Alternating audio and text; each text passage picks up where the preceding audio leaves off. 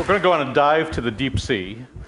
And anyone that's had that lovely opportunity knows that for about 2.5 hours on the way down, it's a perfectly positively pitch black world. And we used to see the most mysterious animals out the window that you couldn't describe, these blinking lights, a world of bioluminescence like fireflies. Dr. Edith Witter, she's now at the Ocean Research and Conservation Association, was able to come up with a camera that could capture some of these incredible animals, and that's what you're seeing here on the screen. That's all bioluminescence, like I said, just like fireflies. There's a flying turkey underwater turkey. I'm a geologist by training, but I love that. And you see some of the bioluminescence they use to avoid being eaten, some they use to attract prey, but all of it from an artistic point of view is just positively amazing. And a lot of what goes on inside, there's a fish with glowing eyes, pulsating eyes. Some of the colors are designed to hypnotize, these lovely patterns.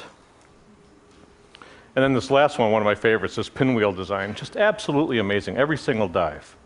That's the unknown world, and today we've only explored about 3% of what's out there in the ocean.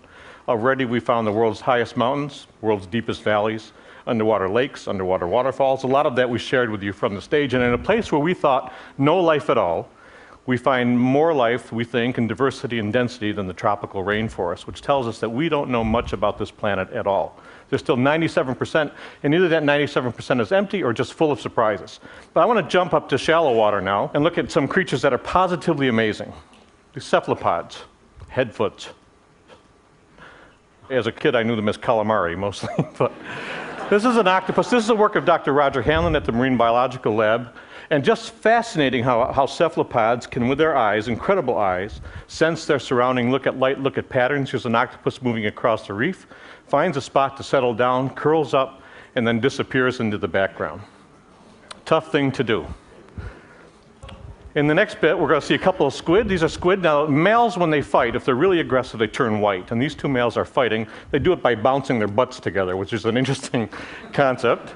Now, here's a male on the left and a female on the right. And now the male has managed to split his coloration so that the female only always sees the kinder, gentler squid in him. And the male's on the outside.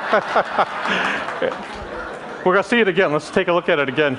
Watch the coloration. White on the right, brown on the left. He takes a step back, so he's keeping off the other males by splitting his body, and he comes up on the other side. Bingo. Now, I'm told that's not just a squid phenomenon with males, but I don't know if that's true. Cuttlefish. I love cuttlefish. This is a giant Australian cuttlefish, and there he is, his droopy little eyes up here.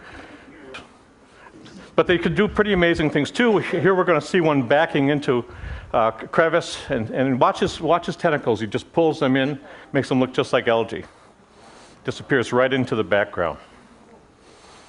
Positively amazing. Here's two males fighting. Once again, they're smart enough, these cephalopods, they know not to hurt each other, but look at the patterns that they can do with their skin. Okay? Just an amazing thing. Here's an octopus. Sometimes they don't want to be seen when they move because predators can see them. And here's this guy actually can make himself look like a rock, and looking at this environment can actually slide across the bottom using the waves and the shadows so he can't be seen. He blends right into his motion blends right into the background. The moving rock trick. So we're learning lots new from the shallow water, still exploring that deep, learning lots from the shallow water. There's a good reason why. I mean, the shallow water is full of predators. Here's a barracuda. And if you're an octopus or a cephalopod, you need to really understand how to use your surroundings to hide. In the next scene, you're going to see a nice coral bottom. And you'd see that an octopus would stand out very easily there if you couldn't use your camouflage, use your skin to change color and texture. Here's some algae in the foreground. And an octopus. Isn't that amazing? Now, Roger spooked him, so he took off, a cloud of ink, lands, and when he lands, the octopus says, "Look, I've been seen, best thing to do is get as big as I can get." That big brown makes his eye spot very big, so he's bluffing. Let's do it backwards. I thought he was joking when he first showed it to me. I thought it was all graphics. So here it is in reverse. Watch the skin color. Watch the skin texture. Just an amazing animal. Can change color and texture to match the surroundings. Watch him blend right into this algae. 1, 2, 3.